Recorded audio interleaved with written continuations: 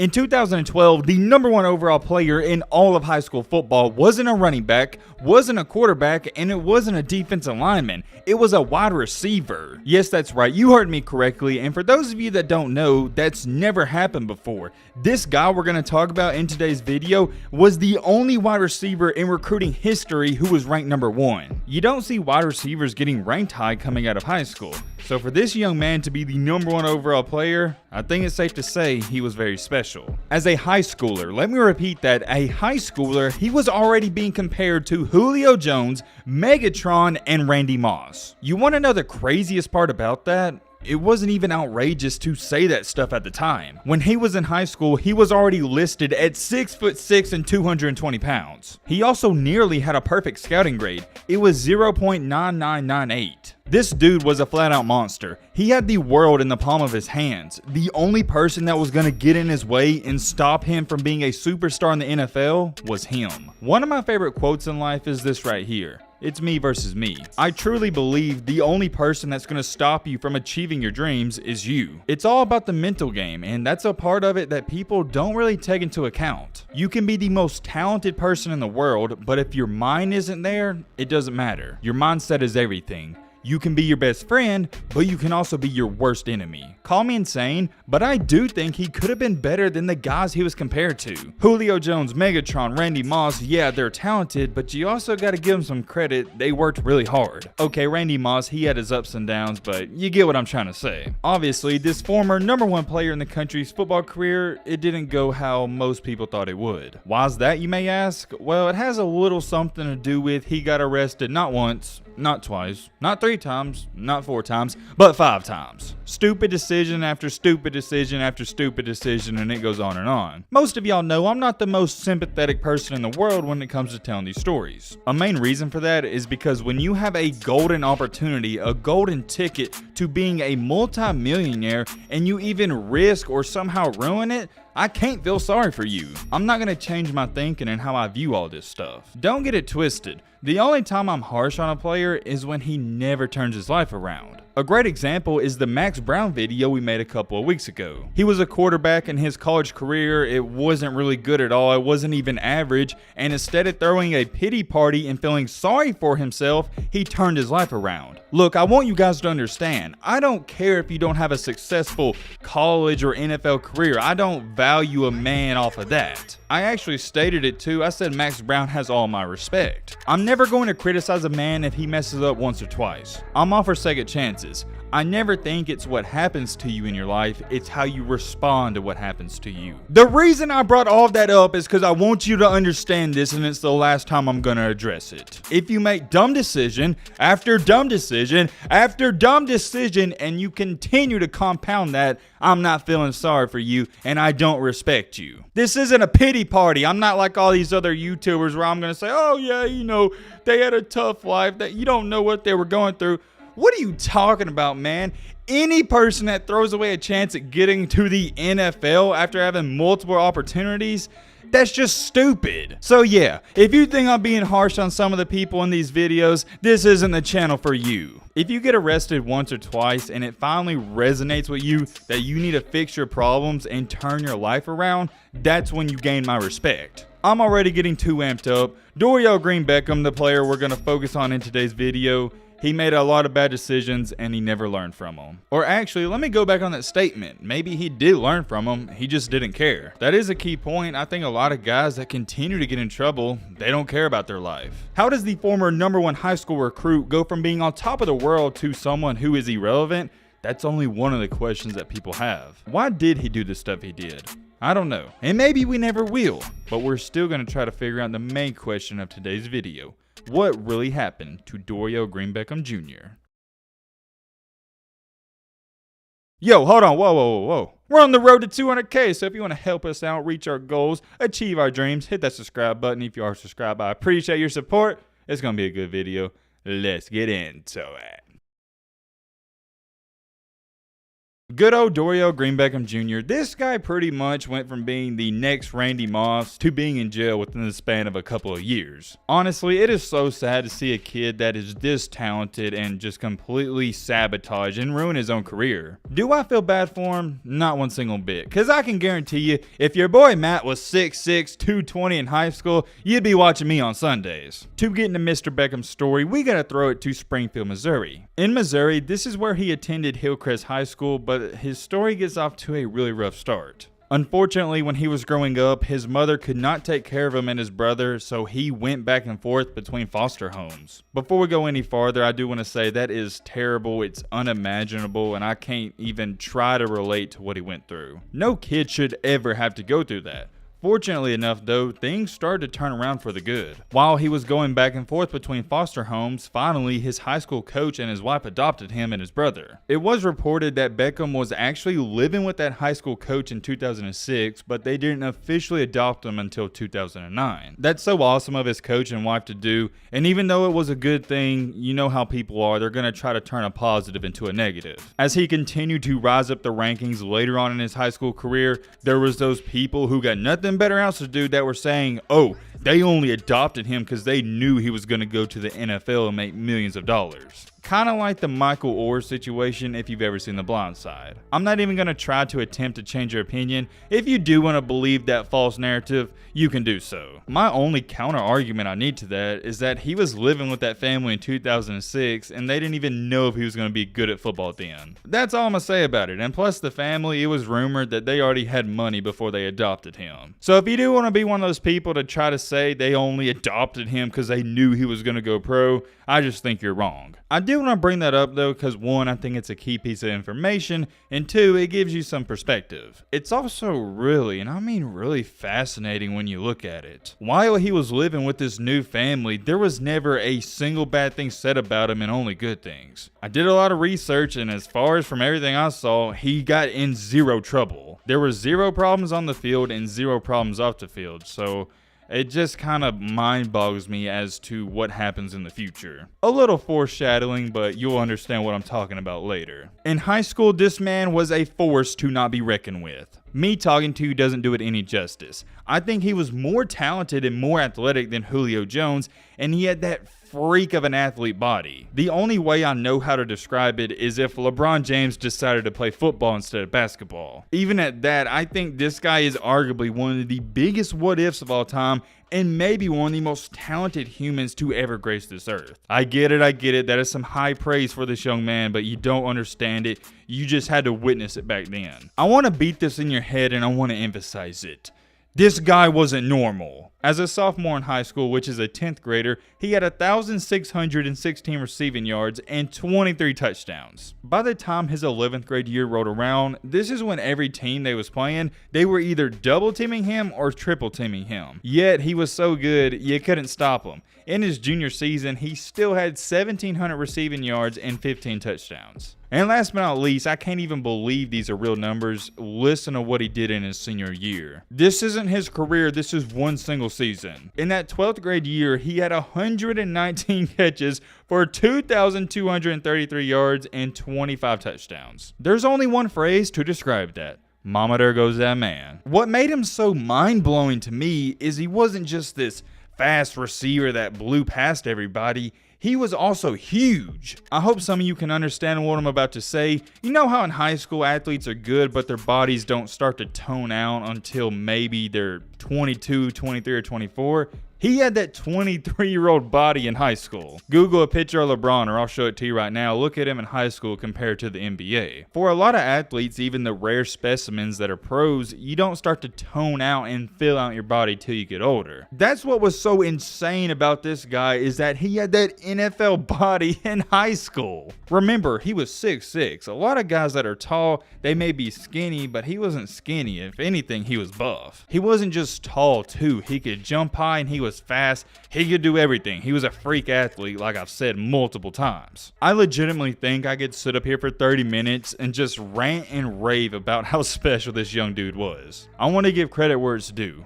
Beckham was awesome. When it was all said and done for his high school career, he was the #1 player in this state, #1 wide receiver in the country, and #1 player in the country. And of course, he was a 5-star recruit. With every, and I mean every, college team wanting him, he decided to stay close to home and commit and sign with Missouri. It goes without being said, for Missouri to land this kid, that might have been one of their biggest achievements of all time. Missouri isn't exactly a powerhouse when it comes to getting 5-star recruits in football. Yeah, they may get one every now and then, but they're not like a Florida, LSU, Alabama, Georgia, or even a Tennessee. So you did have some people that were worried about this. I mean, let's just be honest. Missouri's not going to develop a 5-star recruit as good as Alabama. And I know some of you about to comment, yo, Matt always talks about Alabama. He's so biased. Look, they're the gold standard. I don't know what you want me to do. They're the gold standard of college football. Of course, I'm going to compare other programs to them. Anyways, getting back on topic with Green-Beckham,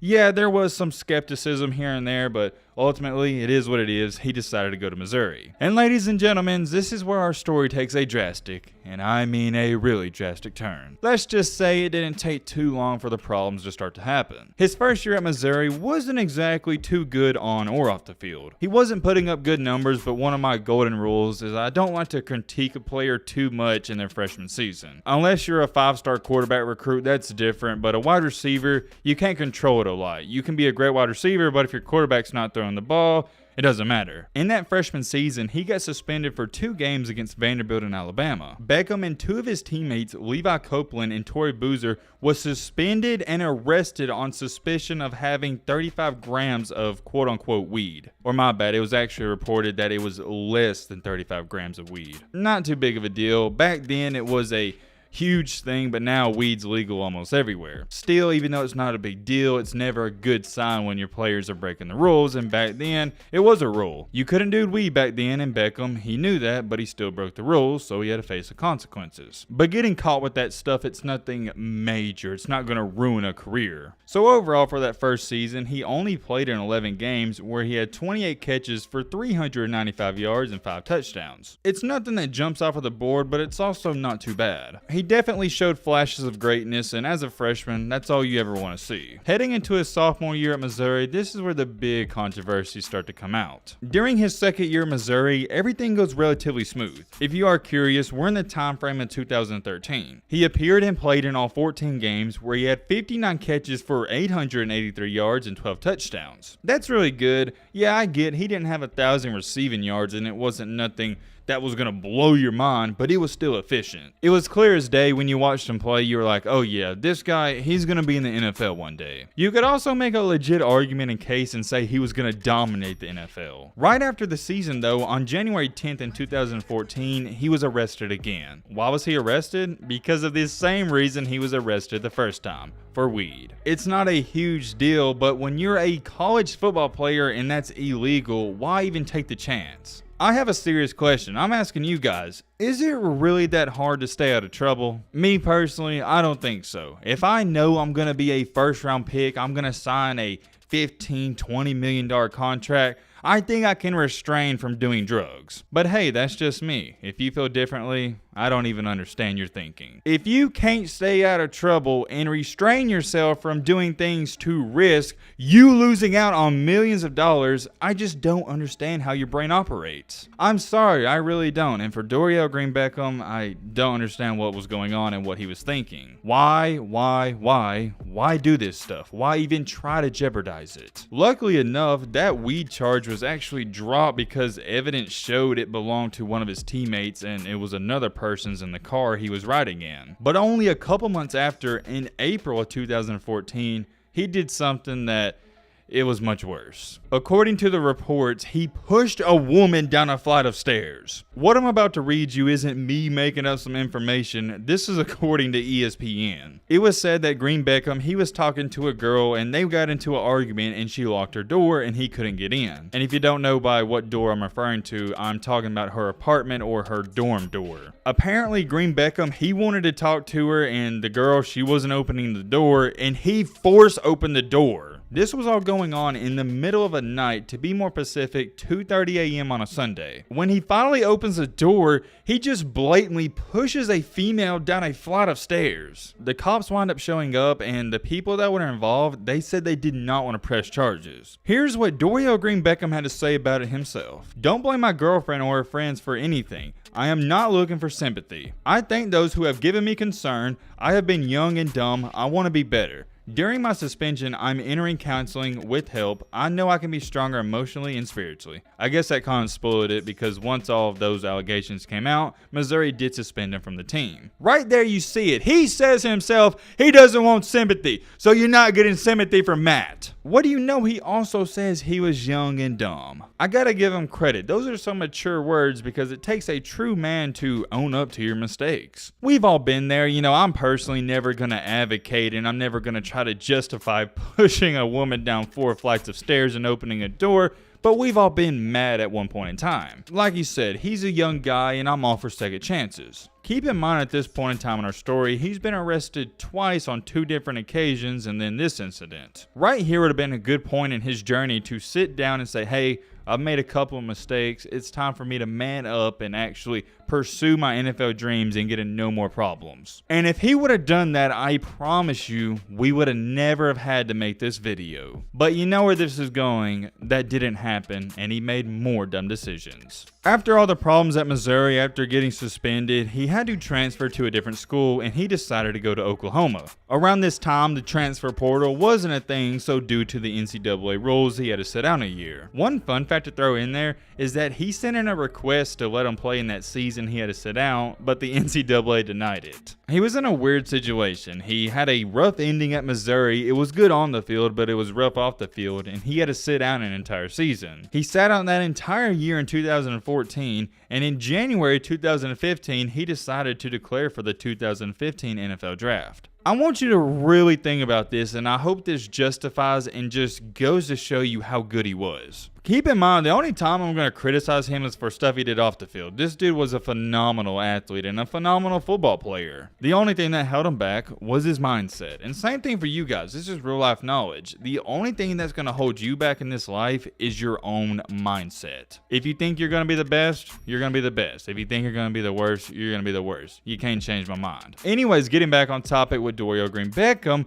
he didn't play that entire 2014 season. They didn't have film on him for one entire year, and with all the trouble he's been in off the field, he still got selected with the 40th overall pick in the NFL Draft. The Tennessee Titans selected him in the 2nd round with the 40th overall pick. In that same year of June in 2015, he signed a 4-year, $5.6 million contract, and $3 million of it was guaranteed, and $2.3 million of it was a signing bonus. With all the mistakes he made prior to the NFL, he was still a multimillionaire. He didn't even play 1 year of college football and still got selected that high. Wow, man, I don't know, maybe it's just me, but I think that is unbelievable. We're not talking about a quarterback or offensive lineman. We're talking about a wide receiver skilled position. Wide receivers and running backs are some of the most easily replaceable guys ever. For the Titans, they didn't have outrageous expectations for him. It wasn't like he was a 1st-round pick. But still, they were thinking, yeah, it may be risky, but we may find a diamond in the rough. I think overall in the 2015 season, he was solid. In 16 games for the Titans, he had 32 catches for 549 yards with 4 touchdowns. You can live with that, and he was only going to continue to get better and better. The Titans did decide to move on from him, and they traded him to Philadelphia for a different player. In 2016 for the Eagles, it wasn't as good. He did have 36 catches, but he only had 392 yards with 2 touchdowns. By this time, he's still a young guy. In his career, if he continues to work hard, he could have been a good receiver in the NFL. However, in June of 2017, the Eagles waived him. In that same year of 2017, throwing it back to where things started in Springfield, Missouri,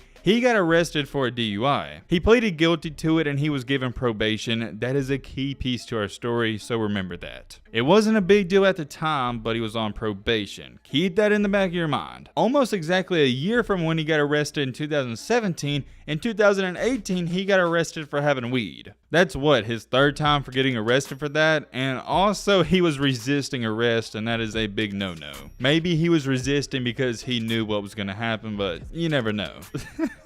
I'm sorry. The 2018 arrest might be one of the funniest stories ever. Yeah, he got arrested. We know that part. But the reason he did was because there was a search warrant out for his name. Whenever there's a search warrant out, obviously the officers are going to be looking for you, so they decided to go to his house. When they go up to his house, Beckham sees him and he's like, crap, because I got all this illegal stuff and if they catch me, I'm going to jail. So Beckham has this great idea that instead of just turning himself in, he's going to try to get away, and he jumps out of the window. Could you imagine being his neighbors? You just got off of work, it's been a long, hard, stressed out day. You look outside your window and you see a 6'6", 220-pound grown man fly out of his window. It's another great example. I don't know what this man was thinking. The police, they saw him jump out of his window and they arrested him. And here's another part to the story where I'm like, dude, what are you thinking? So if you know they're coming to arrest you or trying to, wouldn't you throw the weed out of your pocket? He just kept it in there. In that case and scenario, you almost have no choice but to plead guilty. The officers wound up searching his entire house and they found 7 more pounds of weed. Not a good look for the former #1 player in the country. Oh yeah, if you are curious, he's jobless at this point in time. He's not playing for any NFL team. Some time went by in between 2019 and 2020 and he laid under the radar. That was up until August in 2021 when he was arrested again in Kansas City, Missouri. He was arrested for not 1, not 2, not 3, but 4 assault charges, property damage, and resisting arrest again. And then finally, the most recent one, on November 22nd in 2021, Dorial Green-Beckham was sentenced to 180 days in Greene County Jail in Greene County, Missouri. Remember how I told you he was on probation in 2017? The reason he got put in jail for 180 days is because he violated his probation. That's why I told you to remember that, because it all comes back into play. If he was sentenced for 180 days of jail on November 22nd in 2021, that means he's close to getting out. He should be out soon, and don't get me wrong, although he's made terrible decisions, I'm wishing him the best of luck. Hopefully he turns things around. Going off his history though, I wouldn't put my money on it. I was kind of curious. I did happen to go to his Twitter and he's only tweeted twice